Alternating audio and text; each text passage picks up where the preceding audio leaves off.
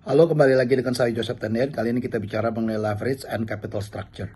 Leverage adalah kemampuan perusahaan untuk menggunakan new assets dan dana untuk mendapatkan return yang lebih baik. Operating leverage adalah kemampuan perusahaan untuk menggunakan fixed operating cost untuk memperbesar dampak dari perubahan sales terhadap EBIT. Sedangkan financial leverage adalah kemampuan perusahaan untuk menggunakan financial charges untuk memperbesar dampak dari EBIT terhadap earning per share. Jadi leverage akan memperbesar return and risk. Degree of operating leverage digunakan untuk mengukur efek dari sales terhadap perubahan EBIT. Rumusnya adalah gross profit per EBIT. Semakin besar fixed operating cost, DOL semakin besar dan makin berisiko. Degree of financial leverage digunakan untuk mengukur efek dari EBIT terhadap perubahan earning per share. Rumusnya adalah EBIT per earning before tax. Semakin besar fixed financial cost, maka DFL semakin besar dan makin berisiko. Degree of total leverage digunakan untuk mengukur perubahan antara sales dengan earning per share.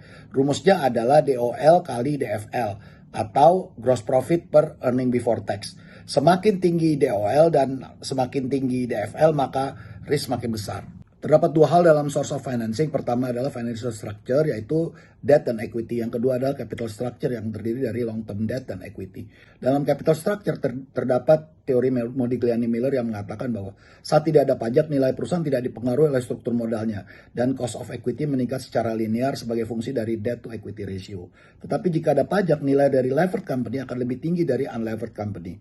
Cost of equity akan meningkat sebagai fungsi dari debt to equity ratio dan persentase pajak. Jadi manfaat dari pembiayaan utang adalah pembayaran bunga dapat juga dikurangkan dari pajak, sedangkan pembayaran kepada pemilik ekuitas tidak. Namun terdapat trade-off atas manfaat ini, yaitu peningkatan risiko terkait dengan tingginya hutang. Maka perusahaan berusaha untuk menyeimbangkan biaya dan manfaat utang untuk memaksimalkan nilai perusahaan. Karena dengan hutang lebih murah daripada ekuitas, penggunaan utang pada awalnya akan menurunkan cost of capital. Tetapi saat utang semakin tinggi, cost of capital akan meningkat karena investor menganggap perusahaan ini lebih berisiko. Selanjutnya kita bicara mengenai fraud. Penyebabnya antara lain pressure, misalnya financial dan work pressure. Adanya kesempatan, adanya rasionalisasi pribadi. Beberapa indikasi dari fraud, misalnya seorang nggak pernah cuti, lifestyle yang tidak sesuai, kelihatan sibuk tapi tidak produktif. Pencegahan fraud, dibuatkan employee ethics, SOP yang tegas, pelatihan karyawan untuk meningkatkan kewaspadaan terhadap fraud. Penerapan sistem pencegahan fraud yang mumpuni. Kemudian whistleblower system. Demikian summary corporate finance class kali ini. Terima kasih.